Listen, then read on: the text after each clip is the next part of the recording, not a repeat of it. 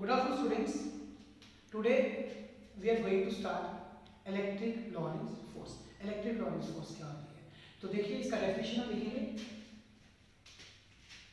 The electric charge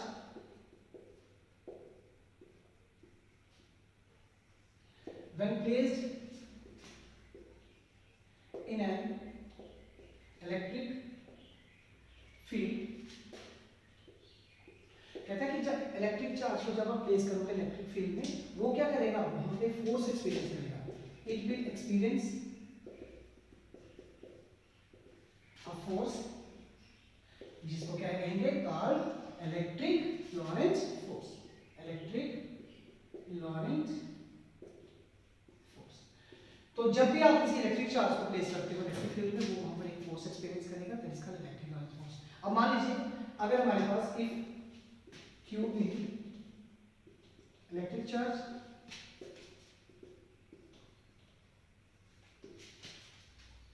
E be the electric field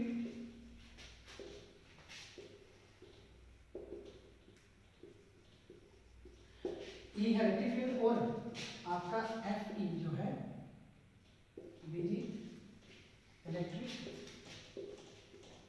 Lorentz force जो होगी.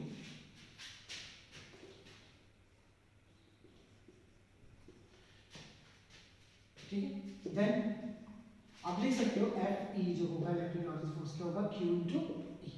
क्या होगा, क्यू इंटू ई, इलेक्ट्रिक लॉरेंट्ज फोर्स. ठीक है, तो नेक्स्ट हमने आप लोगों को बता दिया ये इलेक्ट्रिक लॉरेंट्ज फोर्स क्या होता है. अब इसके ऊपर कुछ हमेशा आपको माइंड में रखिएगा कि अगर अब क्योंकि इलेक्ट्रिक जो फील्ड है वो पॉजिटिव चार्ज की वजह से होती है, नेगेटिव चार्ज की वजह से होती है. तो अब इसमें आपने नर्व रखना है, मानना है कि अगर इफ Q इज पॉजिटिव, अगर Q होगा पॉजिटिव तो याद रखना F is in the same direction as that of E. जो डायरेक्शन इलेक्ट्रिक फील्ड, जो डायरेक्शन होगी हमारी इसकी इलेक्ट्रिक फील्ड की, वही डायरेक्शन F की होगी. अगर चार्ज क्या होगा, पॉजिटिव. अगर Q पॉजिटिव है तो F is in the same direction as that of electric field E. और अगर Q इज नेगेटिव, अगर Q नेगेटिव है तो ऑब्वियसली क्या होगा, F की direction opposite to the uniform electric field होगा. If Q is negative then F is opposite to the direction of electric field. ठीक है, तो ये आपको मैंने क्लियर करवा दिया कि Q पॉजिटिव होगा तो क्या होगा, Q नेगेटिव होगा तो क्या होगा. आज का हमारा नेक्स्ट क्वेश्चन है dipole in uniform electric field. Dipole in uniform electric field.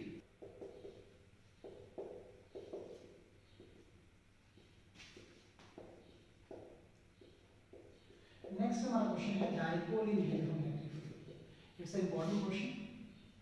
आपको क्वेश्चन इस तरह से भी आ सकता है, फाइनल एक्सप्रेशन फॉर टॉर्क और कर्व. ठीक है, तो आज हम आपको पहले बता देंगे टॉर्क क्या होता है. टॉर्क आप लोगों को क्लास 11 में बताया था. टॉर्क क्या होता है, turning effect of force about the axis of its rotation. ठीक है, तो अब हमने क्या करना है, डायपोल को यूनिफॉर्म इलेक्ट्रिक फील्ड में लेना है. तो सबसे पहले हम कंसीडर करेंगे यूनिफॉर्म इलेक्ट्रिक फील्ड.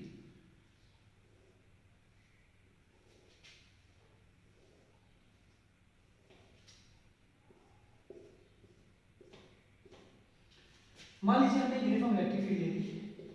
ठीक, अब इसके यहाँ पर क्या करेंगे, कंसीडर करेंगे दो पोल्स को, डायपोल को.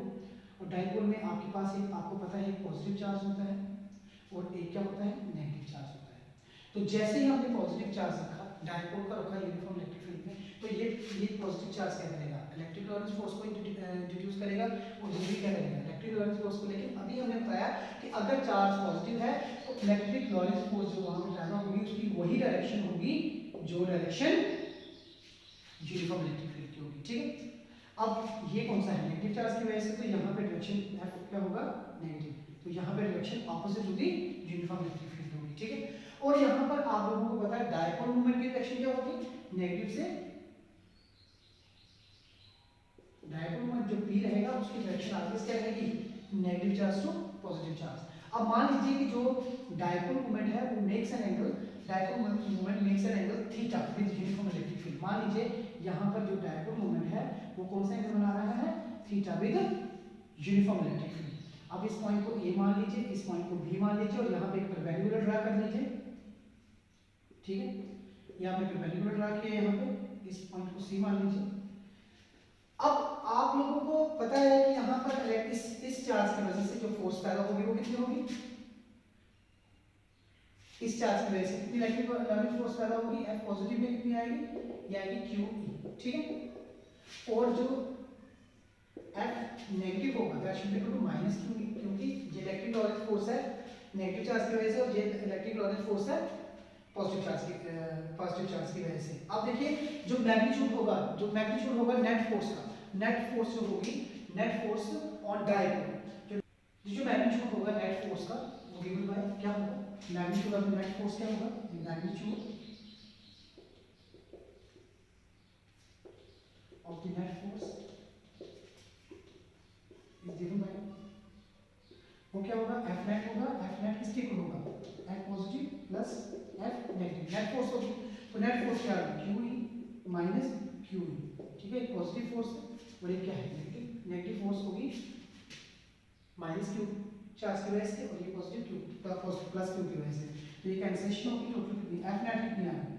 अब ये जो टोटल नेट फोर्स जो है 0 आई है ना, तो इसका मीनिंग क्या है, यहाँ पर कौन अराइज होंगे, टॉर्क और कपल। अब यहाँ पे टॉर्क और कपल कब अराइज होता है, अगर नेट फोर्स डाइपोल्स के ऊपर क्या आ जाए, टोटल नेट फोर्स क्या आ जाए, 0 आ जाए, तो क्या होता है अराइज को कौन कॉन्स्टिट्यूट होता है, टॉर्क और कपल। क्या होता है, टॉर्क और कपल। तो दस हमने क्या फाइंड किया, दस two equal and opposite forces constitute torque और कपल। हमने देखा 10 two equal and opposite forces क्या कर दिया, हमने कॉन्स्टिट्यूट कर दिया टॉर्क और कपल।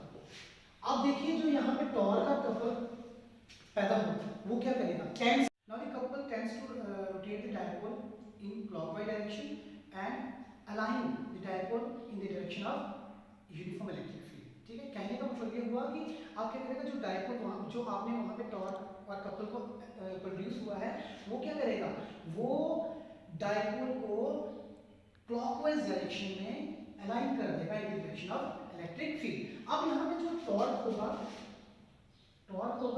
और कपल मूवमेंट ऑफ कपल होगी वो किसके इक्वल होगा, वो होगा मैग्नीट्यूड ऑफ आइदर फोर्स, दोनों में से कोई भी फोर्स का मैग्नीट्यूड ले लीजिए into perpendicular distance between the forces, ठीक है। अब मैग्नीट्यूड दोनों में से लिया तो क्यों लिया है, इनटू परपेंडिकुलर डिस्टेंस क्या है, परपेंडिकुलर डिस्टेंस आपके पास AC। अब हमें AC को फाइंड आउट करना है, तो इसमें AC को फाइंड आउट करने के लिए आपको ट्रिग्नोमेट्रिक रेशियो में से sin cos tan में से कोई एक यूज करना पड़ेगा, लेकिन अगर हम sin यूज करेंगे तो हमें AC मिल जाएगा। देखिए जैसे लेंगे यहाँ पे in right angle triangle ACB, यहाँ पे देखिए sin ऑफ थीटा, देखिए तो परपेंडिकुलर अपॉन हाइपोटेन्यूज होता है। तो आप लोगों को पता है कि इन दोनों के बीच में डायरेक्शन यहाँ से देखिए नेगेटिव चार्ज और पॉजिटिव चार्ज के बीच में डिस्टेंस जो होता है वो ऑलवेज कितना होता है, ट्वाइस ऑफ इट, ठीक है। तो परपेंडिकुलर सबसे पहले परपेंडिकुलर क्या है हमारे पास AC और हमारे पास हाइपोटेन्यूज कितना है AB, ठीक है। तो यहाँ पर हमें अब हमारे पास पता है कि साइन ऑफ थीटा है, AC का तो मुझे नहीं पता, ठीक है, लेकिन मुझे इतना पता है कि A से नेगेटिव चार्ज से पॉजिटिव चार्ज तक कितना डिस्टेंस होता है, ट्वाइस ऑफ थीटा। तो यहाँ से AC मिल जाएगा 2A sin थीटा। अब हम क्या करेंगे, यहाँ पर वैल्यू पुट करेंगे, देखिए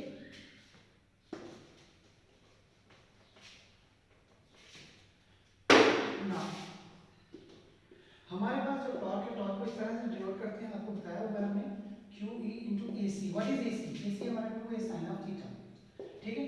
तो यहाँ से टॉर्क मिल गया Q into ट्वाइस ऑफ ए लिख सकते हैं into E sin of theta. आप लोगों को मैंने बताया था इलेक्ट्रिक डायपोल मोमेंट क्या होता है, product of either of the charge into small distance between them. तो यहाँ पे क्या होगा, आपको बताया था डायपोल मोमेंट की डायरेक्शन, डायपोल मोमेंट होता है Q into twice of E। तो इसको मैग्नीट्यूड में लिखना है तो ये P आ गया into E sin of theta. तो हमने टॉर्क की वैल्यू फाइंड आउट कर ली है। टॉर्क हमारा किसके इक्वल आ गया, टॉर्क हमारा आ गया P E sine of theta. लेकिन अगर हम इसको डायग्राम के अकॉर्डिंग देखेंगे कि ये टॉर्क है इसकी वैल्यू क्या है, किस तरह से रिप्रेजेंट होता है, तो देखिए हमारे पास यूनिफॉर्म इलेक्ट्रिक फील्ड की डायरेक्शन थी ये, ठीक है, यूनिफॉर्म इलेक्ट्रिक फील्ड की डायरेक्शन थी ये, और ये था मेरा डायपोल मोमेंट, ठीक है, क्योंकि एंगल तो इन्हीं दो के बीच में था। तो टॉर्क कहाँ है, टॉर्क की डायरेक्शन ये रहेगी, ये रहेगा टॉर्क, और टॉर्क किसके इक्वल होगा, P क्रॉस E। अब ये कैसे लिखा मैंने P क्रॉस E, क्योंकि मुझे पता है कि जो A क्रॉस B होता है that should be equal to AB sin of theta. तो इसको मैं अगर ये तो हमारा मैग्नीट्यूड में है, और अगर हम वेक्टर फॉर्म में लिखेंगे डायरेक्शन लिखेंगे टॉर्क की, तो टॉर्क की डायरेक्शन होगी P क्रॉस E। तो टॉर्क कहाँ होगा, vertical downward, this is the direction of uniform electric field and this is the direction of electric dipole moment. अब देखिए इसके ऊपर एक स्पेशल केसेस है, स्पेशल केसेस में देखिए,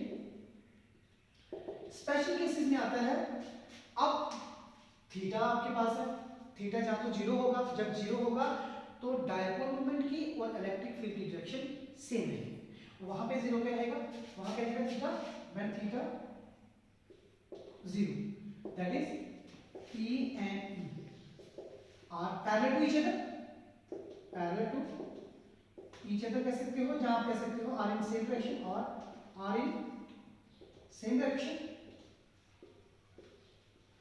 ठीक है, ऐसे भी कह सकते हो। तो therefore यहां पे टॉर्क कितना मिलेगा, P E sin of 0, और आपको पता है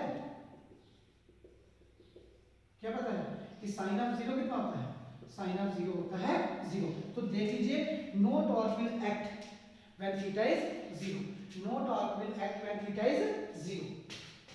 जब थीटा एंगल डायपोल मोमेंट के बीच में और यूनिफॉर्म इलेक्ट्रिक फील्ड के बीच में 0 रहेगा तो कोई भी वहां पे टॉर्क एक्ट नहीं करेगा, और अगर करेगा अगर थीटा क्या होगा, अब थीटा की वैल्यू क्या होगी देखिए, if theta is equal to, second case है ये हमारा first special case, if theta is equal to 90 degree, that is जो डायपोल मोमेंट है is perpendicular to the direction of electric field, uniform electric field, that is dipole moment P जो है is perpendicular to the direction of uniform electric field, ठीक है। तो then क्या होगा theta 90, तो देन टॉर्क कितना होगा, तो देखो टॉर्क होगा P E sin of 90 degree, तो यहां पे टॉर्क कितना मिल गया, P E क्या मिलेगा, मैक्सिमम। तो आपको हमेशा मैक्सिमम टॉर्क कब मिलेगा, कब मिलेगा, जब आपका डायपोल मोमेंट जो रहेगा परपेंडिकुलर टू द